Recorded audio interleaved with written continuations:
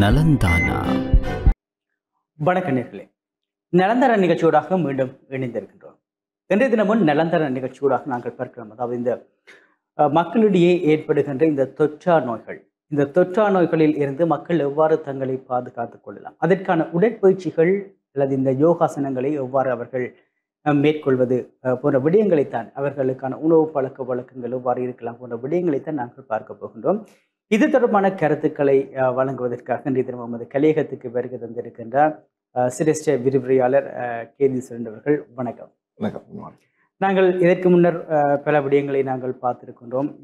அதே போன்று இன்றைய இந்த காலகட்டத்தில் நாங்கள் பார்க்கலாம், அண்மைய நாட்களாக இந்த இளம் வயதினர் இந்த தொற்றா நோய்களால், அதாவது இந்த திடீர் மாரடைப்பு ஏற்படுகின்றது. அதே போன்று சிலருக்கு இளம் வயதினருக்கு தொற்றா நோய்களான நீரிழிவு ஏற்படுகின்றது. அதனால் மரணம் இடம்பெறாவிட்டாலும் சிறு வயதிலேயே அவர்கள் இந்த நீரிழிவுக்கு உள்ளாகின்றார்கள். இந்த பாதிப்பை அவர்கள் எதிர்கொள்கின்றார்கள். ஆண்களாக இருந்தால் என்ன, பெண்களாக இருந்தால் என்ன, சிறுவர்களாக இருந்தால் என்ன.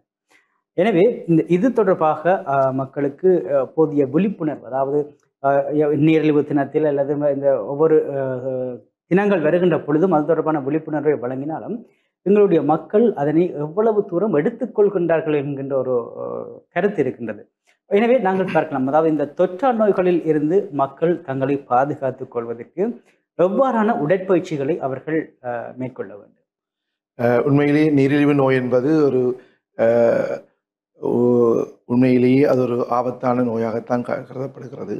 ஏனெனில் இந்த நீரிழிவு நோயாளியர்களுக்கு உண்மையிலேயே உணவு பழக்க வழக்கங்கள் மிகவும் முக்கியமானது. அது என்ன சாப்பிட வேண்டும், what to eat, what not to eat, என்ன சாப்பிடக்கூடாது. அதாவது உண்மையாகவே மருத்துவரை நாடி போகின்ற பொழுது மருத்துவ அறிவுரைகளின்படி அவர்கள் உண்மையிலேயே அந்த உணவு பழக்க வழக்கங்களை கட்டுப்பாடாக வைத்திருந்தால் நீரிழிவு நோயை கட்டுப்பாட்டில் வைத்திருக்கொள்ள முடியும். அது மட்டும் போதாது, உணவு பழக்க வழக்கங்கள் நிறைய அதை பார்ப்போம். அது மட்டுமன்றி இந்த உடற்பயிற்சிகளும் மற்றும் யோகாசனங்களும் இதில் மிக முக்கிய பங்களிக்கின்றன. எவ்வாறென்றால், அதாவது காலையில் ஒரு நீரிழிவு நோயாளிகள் பிரிஸ்க் வாக்கிங் பண்ணுகின்ற பொழுது குறைந்தது ஒரு 30 மினிட்ஸ்லேருந்து 45 மினிட்ஸ் ஒவ்வொரு கிழமைகளில் 4 தொடக்கம் 5 நாட்கள் அவர்கள் தொடர்ச்சியாக இந்த வாக்கிங் எக்ஸசைஸ்களை செய்கின்ற பொழுது அவர்களுடைய பிளட் சுகர் லெவல், அதாவது உடல் இரத்தத்தில் காணப்படுகின்ற இந்த குளுக்கோஸின் அளவு கூடுதலாக இருந்தால் அவர்களுக்கு நிறைய பாதிப்பு ஏற்படுகின்றது. உண்மையாக பிளண்டட் விஷன், மங்கலான பார்வை, மற்ற கை கால்களில் ஏற்படுகின்ற இந்த நரம்பு தளர்ச்சிகள் மற்றும் களைப்பு மற்றும் உடல் மெலிந்து போதல் மற்றும் அதிக அளவில் தாகம், தண்ணி எடுத்தல், ஆகவே அதற்கான சிம்டம்ஸ்கள் இருக்கும் என்றால் நாங்கள் அதை முன்கூட்டியே அவர்கள், அதாவது prevent is the exercise, prevent is the best exercise, அதாவது எப்படி நாங்கள் தடுக்கிறது, அதாவது இந்த எக்ஸசைஸின் ஊடாக, அதாவது நாங்கள் காலையில் இந்த எக்ஸசைஸை செய்கின்ற பொழுது நிறைய பாடியில் ஒரு மாற்றம் ஏற்படுத்தப்படும். அதாவது பாடியில் ஒரு மாற்றம் ஏற்படுத்தப்படுகின்ற பொழுது அதற்கு நிறைய கலோரி பேர்ன் ஆகும். அப்போ நிறைய கலோரி பேர்ன் ஆகின்ற பொழுது அவர் உண்மையிலேயே ஒரு சுறுசுறுப்பு தன்மையை பெறுவார்கள். அது மட்டுமன்றி, அதாவது பார்த்தீங்கன்னா எக்ஸசைஸ் நிறைய இருக்குது. ஃப்ரீ ஹேண்ட் எக்ஸசைஸ், அல்லது aerobics exercise, walking, cycling, swimming. இப்போ இம்பேக்ட் எக்ஸசைஸ், அதாவது ஸ்விம்மிங் என்றைக்கு 100 ஆஃப் மசில்ஸ் ஒர்க் பண்ணும். அப்போ ஒரு அந்த நீரிழிவு நோயாளிகளுக்கும் என்ன எக்ஸசைஸ் பிடிக்கும், என்ன அபியாசங்கள் பிடிக்கும், என்ன வகையான, இப்போ சைக்கிளிங் பிடிச்சா சைக்கிளிங், இல்லையெண்டா வாக்கிங், இல்லையெண்டா ஸ்விம்மிங், இல்லையா இதில் லைட் வெயிட் எக்ஸசைஸ், அதாவது சின்ன ஸ்ட்ரென்தனிங் எக்ஸசைஸ், பேண்ட் எக்ஸசைஸ். அப்போ இதுகளை நாங்கள் செய்கின்ற பொழுது உடலில் ஒரு தேவையான அளவு கலோரி பேர்ன் ஆகும். அப்போ நாங்கள் கண்ட்ரோலாக இருக்கிறதுக்கு உணவு பழக்கங்கள் மட்டும் போதாது, அதை சேர்ந்து இந்த எக்ஸசைஸ்களையும் கட்டாயம் செய்கின்ற பொழுது பார்த்தீங்கன்னா எங்களோட பாடி காலையில் ஒரு ஆக்டிவேட்டாக இருக்க வேணும். அந்த ஆக்டிவேட்டாக இருக்கிறதுக்கு அதுதான் சொல்கிறாங்க, சிலங்களில் ப்ரீத்திங் கூட மூச்சில் இந்த காற்றுல நல்ல nutritions, minerals, vitamins, B12 vitamins எல்லாம் நிறைய இருக்குது. அப்போ நாங்கள் eat the air heal the டயபிட்டிஸ்ன்னு சொல்லுவாங்க. அது ஒரு ஃப்ரேஸ் இருந்தாலும் அதை ரெக்கமெண்ட் பண்ணாட்டியும் நாங்கள் அந்த ஃபாஸ்டிங், இந்த சாப்பாட்டு விஷயங்களுக்கு ஊடாக இந்த காற்றுல நிறைய எடுக்கின்ற பொழுது எங்கள் உள்ளுறுப்புகள், அதாவது உள்ளுறுப்புகள்னு சொல்லி ஹார்ட், பிரைன், இந்த கிட்னி, மேஜர் இன்டர்னல் ஆர்கன்ஸ் எல்லாம் வலுப்பெறுகின்றது. அந்த வலுப்பெறுகின்ற பொழுது உண்மையிலேயே நிறைய பயனை பெறுவார்கள். இப்போ நிறைய விஷயங்கள் இருக்கின்றது. எவருமாவது, அதாவது exercise, practice makes the man perfect. சித்திரமும் கைப்பழக்கம் செந்தமிழ் நாப்பழக்கம். அப்போ நாங்கள் ப்ராக்டிஸ் பண்ணி கொண்டு வருகின்ற பொழுது எங்களை உடலில் கண்ட்ரோலாக வைத்திருக்கிறோம். இப்போ பிளட் சுகரை நாங்கள் கூட விட்டி கொண்டு போயிருந்தோம்னா நிறைய விஷயங்கள் எங்கள் பாதிப்புக்கு காம்ப்ளிகேஷன்ஸ் ஆகும். உதாரணமாக பார்த்தீங்கன்னா கிட்னி காலப்போக்கில் டேமேஜ் ஆகும், அந்த செயற்பாடு குறையும், அடுத்து பார்வை நரம்புகள். அப்போ அதுக்குரிய பயிற்சிகள் நிறைய இருக்குது. உதாரணமாக ப்ரீத்திங் எல்லாம் பார்ப்போம்.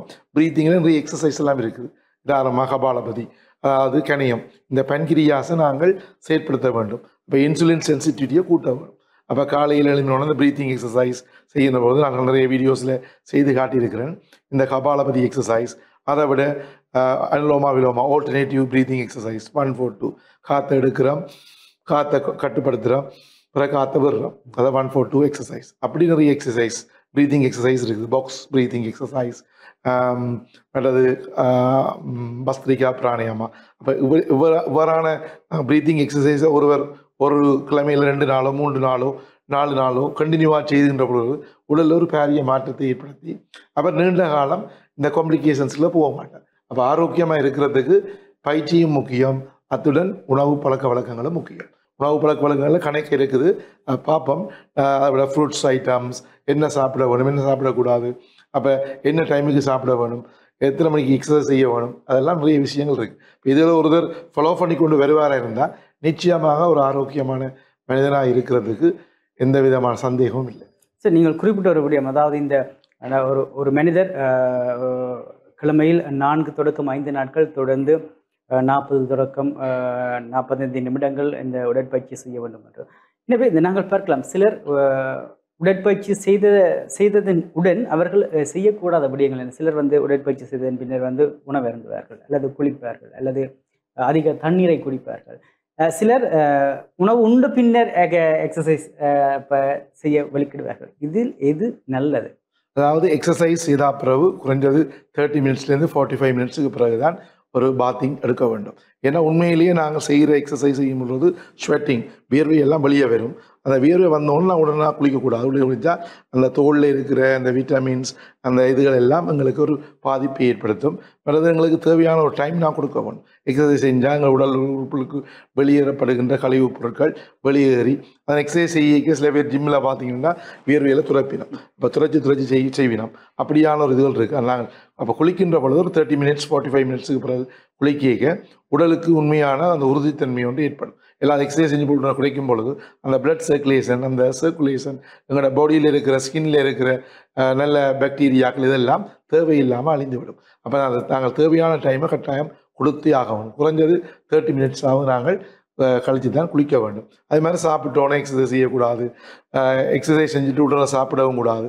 எல்லாத்துக்கும் ஒரு சர்டின் டைம் ஒன்று கொடுக்க வேண்டும். அது மாதிரி சாப்பிட்டா பிறகு சின்ன ஒரு வாக் பண்ணலாம். சும்மா ஒரு ஜஸ்ட் ஒரு 2 to 3 மினிட்ஸ் ஒரு சின்ன வாக், அது நேப் ஸ்லீப்பிங் மாதிரி ஒரு சின்ன குட்டி தூக்கம் போடுறதும் உடலுக்கு நல்ல. அது சில பேர் நிறைய நேரம் தூங்குறது.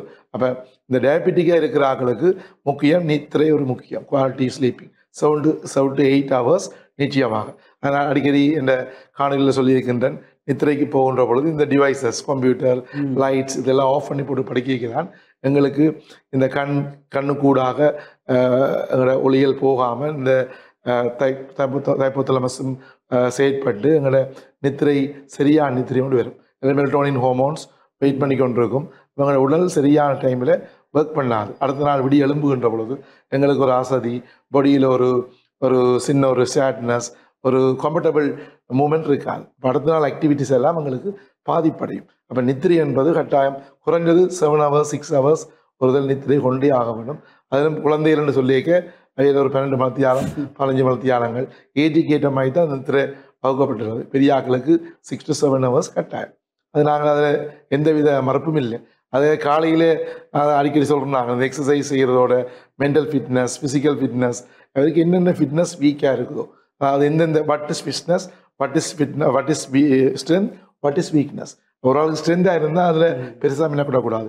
வாட் இஸ் வீக்னஸ், எது வீக் இருக்குதோ அந்த வீக்கான ஏரியாவை கண்டுபிடிச்சு அதுக்குரிய பயிற்சி முறைகளையும் சின்ன சின்ன, இப்போ கை நரம்புகள் இதாக இருந்தால் கை எக்ஸசைஸ், ஷோல்டர் பிரச்சனை இருந்தால் ஷோல்டர் எக்ஸசைஸ், அதே மாதிரி தலையில் அது பிரச்சனை இருந்தால் தலைக்குரிய அது மோட்டோ நியூரான்ஸ் இருக்குது, இதில் இருக்கிற மோட்டோ பாயிண்ட்ஸ் இதுகளை கிளாக் வைஸ் ஆன்டி கிளாக் வைஸாக நாங்கள் அதுகளை ஸ்டிமுலேட் பண்ணிவிட வேண்டும். அப்போ தான் நாங்கள் பார்த்தீங்கன்னா அந்த டயபெட்டிக்கில் இருக்கிற ஆட்களுக்கு அந்த பென்கிரியாஸ் நல்லா ஒர்க் பண்ணும். அப்போ வயிறு எம்டி ஸ்டொமக்கில் எப்படி எலுமினோன்னு ஒரு கிளாஸ் தண்ணி குடிக்கிறது, 2 கிளாஸ் தண்ணி குடிக்கிறது, பிறகு என்ன வாக் பண்ணுறது, இப்போ எக்ஸசைஸ் எல்லாம் பண்ணி இந்த பென்கிரியாஸை நாங்கள் ஸ்டிமுலேட் பண்ண வேண்டும், சென்சிட்டிவை கூட்ட வேண்டும். அப்போ டைஜஸ்டிவ் சிஸ்டம்ஸ் நல்லா யாருக்கு ஒர்க் பண்ணுதோ அப்போ தான் மெட்டபாலிசம் நல்லா ஒர்க் பண்ணும். ஒர்க் பண்ணினா எங்களுக்கு ஹோல் டேயும் we can be ஹாப்பியாக இருக்க முடியும். இல்லையண்டா அந்த நாள் ஃபுல்லாக ஒரு சேட்னஸ், ஒரு டென்ஷன். அப்போ ஸ்ட்ரெஸ்ஸை குறைக்கிறதுக்குரிய மூச்சு பயிற்சிகள் நிறைய இருக்குது. பஸ்திரிக்கா இப்போ நான் மூச்சை மேலே எடுக்கிறேன், inhale exhale, inhale and exhale, inhale and exhale. இது பஸ்திரிக்கா பயிற்சிகள். ஒரு சிறந்த யோகா பயிற்றுநர்களாக கற்றுக்கொண்டு ஒரு நாளைக்கு கிழமையில் 2 நாள் 3 நாள் ஒரு 10 தொடக்கம் 15 தினம் இந்த ஸ்ட்ரெஸ்ஸுக்குரிய மூச்சு பயிற்சிகள். அதே மாதிரி பாடசாலை மாணவர்களாக இருந்தால் அவருக்கு சில இடங்களில் டயபெட்டிக் 1 இருக்கலாம். பிறகு அவளுக்கு அந்த கணையத்தில் சுரக்கிற இன்சுலின் ப்ராப்ளம் இருக்கிறார்கள். பிறகு இன்சுலின் ஊசி யூஸ் பண்ணி கொண்டிருப்பினோம். அவ்வாறான ஆட்கள் இவ்வாறான எக்ஸசைஸில் கண்டினியூஸாக செய்து கொண்டு வருகின்ற பொழுது நிச்சயமாக அவர் ஆரோக்கியமாக இருப்பினோம். நீண்ட காலத்துக்கு அந்த நோயின் தாக்கத்தை அதிகரித்து அது ஹாப்பியாக இருக்கலாம். கட்டாயம். தொடர்ந்தும் சிறிய இடைவெளியை தொடர்ந்து இணைந்திருப்போம். நலந்தானா சிறிய இடைவெளியை தொடர்ந்து நிலந்தான நிகழ்ச்சியோடாக இணைந்திருக்கின்றோம். இன்றைய தினம் நிலந்தான நிகழ்ச்சியுடன் நான் நினைக்கிறேன் இந்த எவ்வாறு உடற்பயிற்சி செய்வது, அந்த நாங்கள் எவ்வாறு எங்களை தொற்றா நோய்களில் இருந்து பாதுகாத்துக் கொள்வதற்கு உடற்பயிற்சி செய்கின்ற படிமுறைகள், அதாவது உடற்பயிற்சி செய்கின்ற ஒருவர் எவ்வாறான நிலைப்பாட்டில் இந்த இதுகளை உடற்பயிற்சிகளை செய்ய வேண்டும் போன்ற விடயங்களை பகிர்ந்து கொண்டிருக்கின்ற விரிவுரையாளர் கேதிஸ்வரர் அவர்கள்.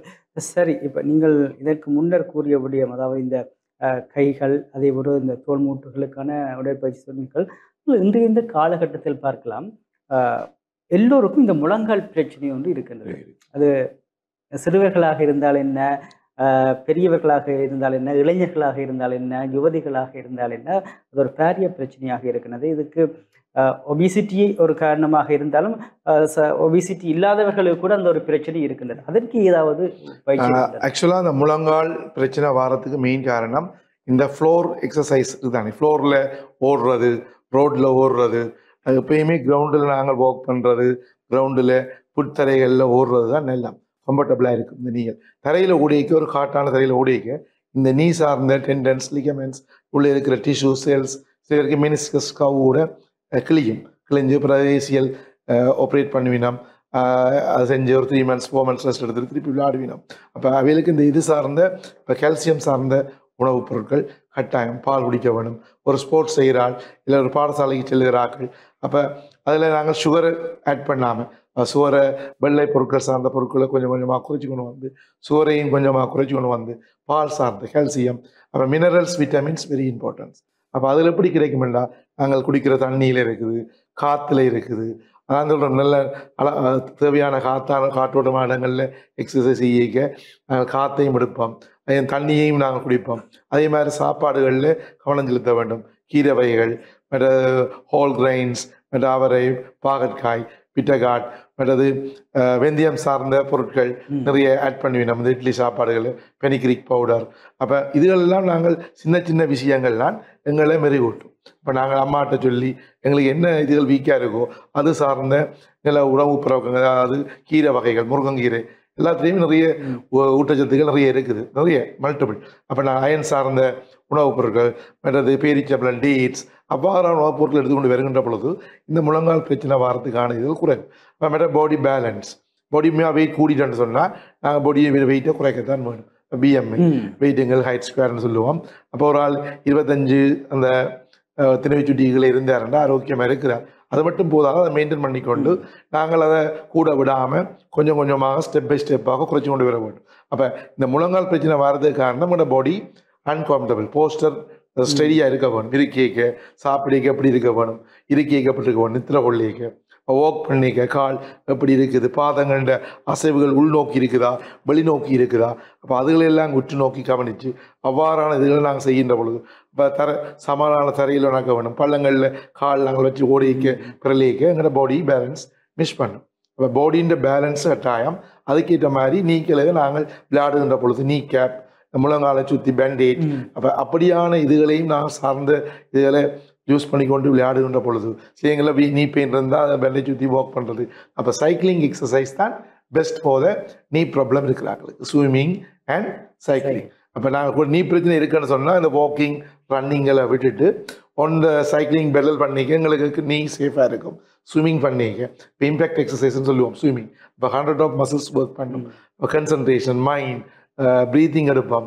பட் மைண்ட்ஸ் கன்சன்ட்ரேஷன் எங்களோட பாடி அலைன்மெண்ட் ஹை மூமெண்ட்ஸ். அப்போ ஃபுல் பாடியும் தண்ணியில் ஒர்க் ஃப்ளோட்டிங் இந்த வாட்டர்னு சொல்கிறது. தண்ணியில் மிதந்து ஒன்று இருக்க எங்களோட mentally and physically we are happy. அப்போ ஒரு ஹாப்பி எங்கே கிடைக்குதோ அந்த ஹாப்பியை நாங்கள் கண்டினியூ பண்ணுறதுல தப்பு இல்லை. அப்போ அதை நாங்கள் சரியான இடங்களில் சரியான ஒரு ஹெல்த் கேர் ப்ரொஃபஷனல்ஸோட கண்டக்ட் பண்ணி மருத்துவங்கள் இருக்கிறார்கள் அதில் கண்டக்ட் பண்ணி மருத்துவர்களை நாங்கள் டைம் கண்டக்ட் பண்ண வேணும். மருந்துகளை ஸ்டாப் பண்ணக்கூடாது. எக்ஸசைஸை பண்ணிக்கொண்டு அதாவது மானிட்டரிங்னு சொல்கிறது. நாங்கள் ஒரு பிளட் சுகரை செக் பண்ண வேணும் after the exercise, before the exercise, during the எக்ஸசைஸில் என்ன கண்டிஷனில் இருக்குது, பாடி குறைஞ்சிருக்குதா கூடி இருக்குதா. அப்போ எங்களோட நாங்கள் செஞ்ச எக்ஸசைஸ், நாங்கள் செஞ்ச யோகா, நாங்கள் செஞ்ச ப்ரீத்திங் எவ்வளவு எங்களை இம்பேக்ட் பண்ணியிருக்குது எங்களோட பாடியில். அப்போ அதை இம்பேக்ட் பண்ணபடியா அதை நாங்கள் டாக்டர்கிட்ட இன்ஃபார்ம் பண்ணி டாக்டருக்கு பரிந்துரை செய்து கொஞ்சம் மருந்துகளோட அளவை குறைச்சி காலப்போக்கில் எங்களோட பாடி ஒரு கண்டிஷனாக வரும்.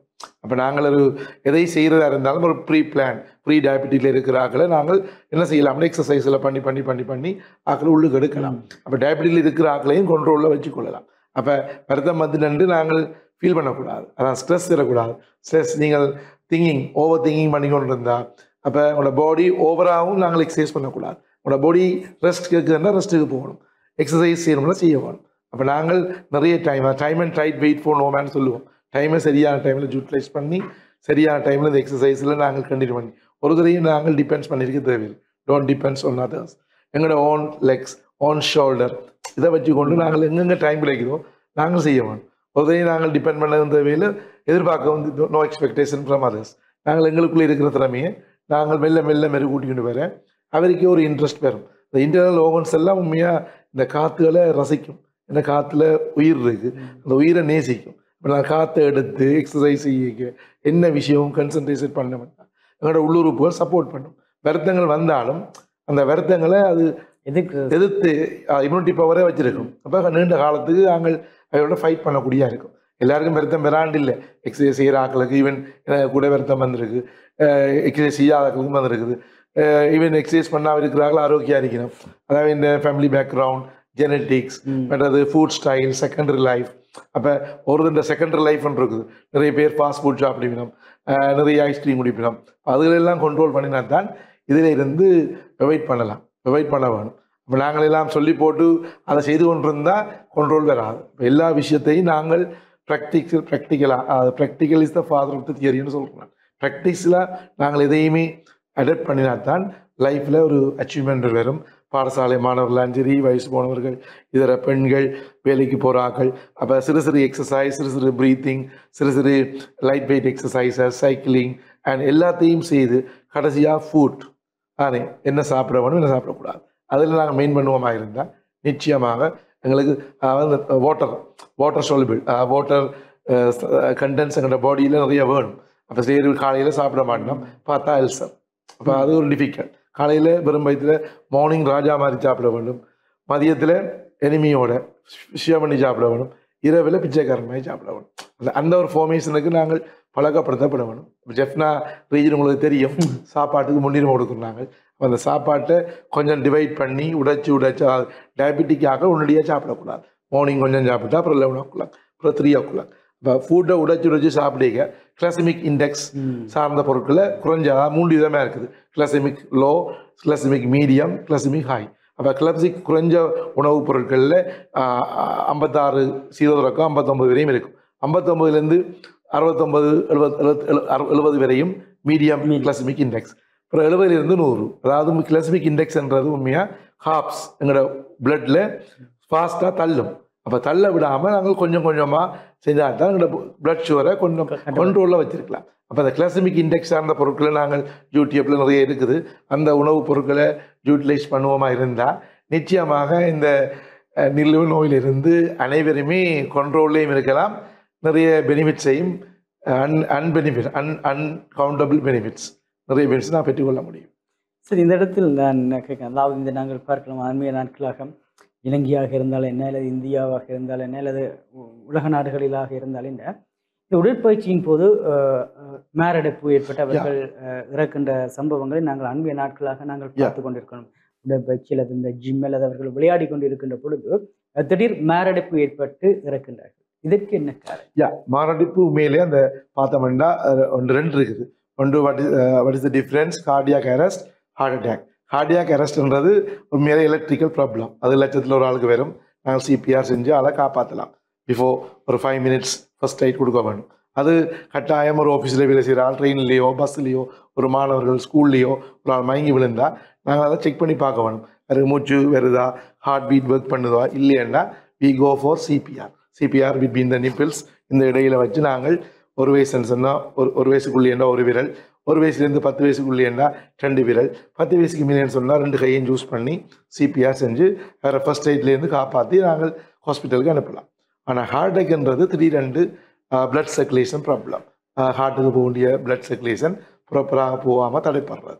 அப்போ தடைப்படைக்க பிளாக்கிங். அப்போ 100% பிளாக்கிங் போய்க்க அவருக்கு ஒரு பெயின் வந்து, இந்த பெயினை ஃபர்ஸ்ட் பெயின்ன்றது ஃபர்ஸ்ட் ஹவர் கோல்டன் ஹவர்ன்றது இந்த ஹார்ட் அட்டாக் பீப்புள்.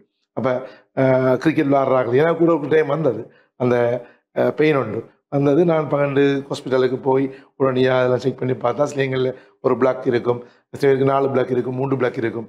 பஸ்மையாக ஃபேமிலி பேக்ரவுண்டும் இருக்குது, செகண்டரி லைஃப் ஃபுட் ஸ்டைலும் இருக்குது. நிறைய பார்த்தீங்கன்னா இந்த எண்ணெய் சார்ந்த சாப்பாடுகள் கடைகளில் கூட சாப்பிட்ற ஆக்களுக்கு தான் கூட இந்த ஹார்ட் அட்டாக்ஸ். சயின்ஸ் ஸ்கூலில் படிக்கிற கிட்ட ஒரு மாஸ்டர் 30 வயசு ஹார்ட் அட்டாக், பேட்ரிக்ஸில் படித்தவர், சயின்ஸ் ஸ்கூலில் படித்தவர். அப்படி நிறைய பேர் கிரிக்கெட் பிளேயர்ஸ், பஞ்சாபில் கிரிக்கெட் 6 அடிச்சுட்டு அவர் மயங்கி விழுகிறார், பார்த்தா heart attack, all out, he died. அப்போ இது என்ன ரீசன் சொன்னால், இப்போ ஒருத்தருக்கும் ஒவ்வொரு பிரச்சனைகள் இருக்கும். திடீரென்று ஒரு ஹார்ட் அட்டாக் வருதுன்னா அதை நாங்கள் செய்ய வேணும். இப்போ எங்களோட யோகா இதில் நாங்கள் ஒரு முன்கூட்டியே இப்படி செய்கிறது. நான் இதய முத்ராசனம் சொல்லி இண்டெக்ஸ் ஃபிங்கரை இந்த கைக்கிடையில் வச்சு 2 ஃபிங்கரையும் வச்சு இப்படி ஒரு 10 நிமிஷமோ 15 நிமிஷமோ 5 நிமிஷமோ கடி வச்சு இயக்க அந்த பெயின் கொஞ்சம் குறையிற மாதிரி ஒரு ஃபீலிங் வரும். தென் கோ ஃபார் ஹாஸ்பிட்டலுக்கு போகணும். இது நாங்கள் சாதாரணமாக இருக்கையும் செய்யலாம். செய்ய இந்த 5 ஃபிங்கர்ஸாக நாட் சிமிலர்.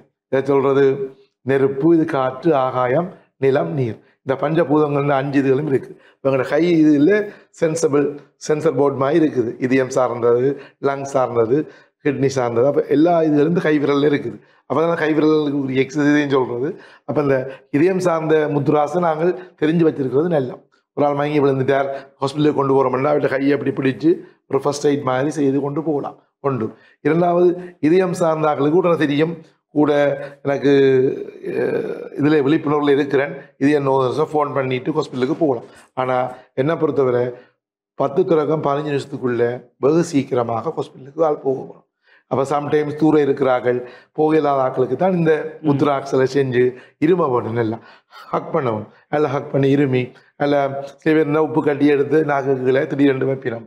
உப்பு கரைஞ்சோடனே அந்த பெயின் போகிற மாதிரி ஒரு ஃபீலிங் ஒன்று இருக்கும். அப்போ அந்த ஃபர்ஸ்ட் எய்ட் சார்ந்த இதயம் சார்ந்த விஷயங்களும் தெரிய வேண்டும். இப்போ வீட்டில் இருக்கிற ஆக்களுக்கு, பேரண்ட்ஸுக்கு பிள்ளைய சொல்ல வேண்டும், ஆசிரியர்கள் மாணவர்களுக்கு சொல்ல வேண்டும், அப்படி அந்த ஆஃபீஸில் இருக்கிற ஒரு சுப்பீரியர் கீழே இருக்கிற சப்பார்டினேட்டுக்கு சொல்ல வேண்டும். இப்படி சொல்லி நாங்கள் அந்த ஃபர்ஸ்ட் எய்ட்டை ஃபஸ்ட்டு பலப்படுத்த வேண்டும். பலப்படுத்திட்டு பிறகு இதயம் சார்ந்த பிற விஷயங்களை நாங்கள் செயற்படுத்தப்பட வேண்டும். என்ன சாப்பிட வேண்டும், என்ன சாப்பிடக்கூடாது, மற்றது அதை எப்படி நாங்கள் மெயின்டைன் பண்ண வேணும். அப்போ இதயத்தை நாங்கள் கட்டாயம் பாதுகாப்பாக சொல்கிறாங்க. லேட்டஸ்ட்டில் இதயத்துக்குள்ளே அடைப்பு வாரத்துக்கு இந்த பங்கஸுகள்லாம் காரணம் உண்டு.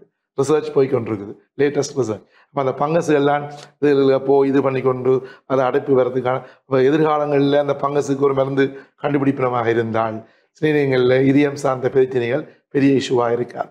ஒவ்வொரு ஜென்ரேஷனும் இப்போ தாண்டி போய்கொண்டிருக்குது. இன்னும் ஒரு 100 வருஷத்துக்கு பிறகு இந்த இதயம் சார்ந்த பிரச்சனைகள் பெரிய பிரச்சனைகளாக இருக்காது.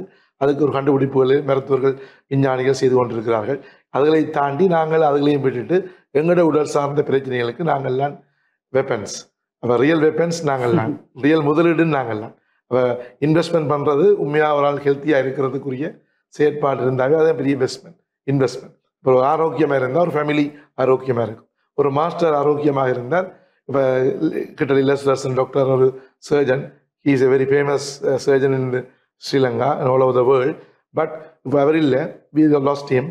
பட் என்ன செய்கிறோம், அவரால் எங்களுக்கு நிறைய பெனிஃபிட்ஸ் இல்லாமல் போயிடுச்சு. இப்போ அவரும் அது ஒரு மருத்துவர், 49 வயசில் ஜெஃப் அண்ட் ஆல் பாய்ஸ் மேலே அது ஒரு இழப்பு தானுங்களே சமூகத்துக்கு. அப்படி இழப்புகள் போகும் பொழுது எங்களுக்கு பயனடைகிற மக்களுடைய இதெல்லாம் வீழ்ச்சி. அப்போ மருத்துவர்கள் கட்டாயம் நீண்ட காலம் வாழ வேண்டும். அதே போல் நாங்களும் அவர்களுடைய செயற்பாட்டுகளில் இருந்து சில அரசுகளை பெற்று சிறையான முறையில் நாங்கள் அந்த அவர்களுடைய அறிவுகளை கேட்டு நாங்கள் செயற்படுவோமாக இருந்தால் இந்த இதய பிரச்சனை சார்ந்த பிரச்சனைகளையும் நாங்கள் குறைத்து நீண்ட காலம் வாழலாம். இதய பிரச்சனை வந்தாலும் பயப்படக்கூடாது. நாங்கள் எக்ஸசைஸ்கள், லைட் வெயிட் எக்ஸசைஸ்கள், நிறைய பாரங்களை தூக்கக்கூடாது, சாப்பாட்டு விஷயங்கள் இதில் செய்து கொண்டு வருகின்ற பொழுது இதயம் நல்லா பலப்படுத்தப்படும். ஆனால் ஃபர்ஸ்ட் பெயின்ன்றது நாங்கள் லேட் பண்ணாமல் ஹாஸ்பிட்டலுக்கு போகணும். நீங்கள் லேட்டாக போனீங்கன்னா இதயம் சார்ந்த சுவர்கள், வால்ஸ் எல்லாம் கொஞ்சம் கொஞ்சமாக டேமேஜ் ஆகிடும். அதுதான் சொல்கிறேன், ஃபர்ஸ்ட் ஹவருக்குள்ளே நீங்கள் இமீடியட்டாக போகணும். இல்லைன்னா உங்களோட இதயம் கொஞ்சம் வீக் அடைஞ்சதாக போயிடும். அதான் என்னுடைய ஃபைனல் அட்வைஸ். நன்றி. இன்றைய தினமும் நிலந்தர நிகழ்ச்சி நிறைவடைகின்றது. இன்றைய தினம் நிலந்தர நிகழ்ச்சியில் பல பயனுள்ள தகவல்கள், அதாவது முக்கியமாக ஒரு விடயத்தை கூறினார். அதாவது இந்த இதயம் சார்ந்த பிரச்சனை இருக்கின்ற பொழுது எவ்வாறான முதலுதவிகளை நாங்கள் செய்வதனூடாக, அதே போன்று எவ்வாறான ஒரு நேரத்துக்குள் நாங்கள் மருத்துவமனைக்கு செல்வதனூடாக நாங்கள் அந்த இதயம் சார்ந்த நோய்களிலிருந்து எங்களை பாதுகாத்துக் கொள்ளலாம் போன்ற விளக்கங்களை கூறியிருக்கின்ற கேதீஸ்வரன் அவர்கள், அவருக்கு நன்றிகளை கூறிக்கொண்டு மீண்டும் மற்றொரு நிகழ்ச்சியோட சந்திப்போம். வணக்கம். நலந்தானா.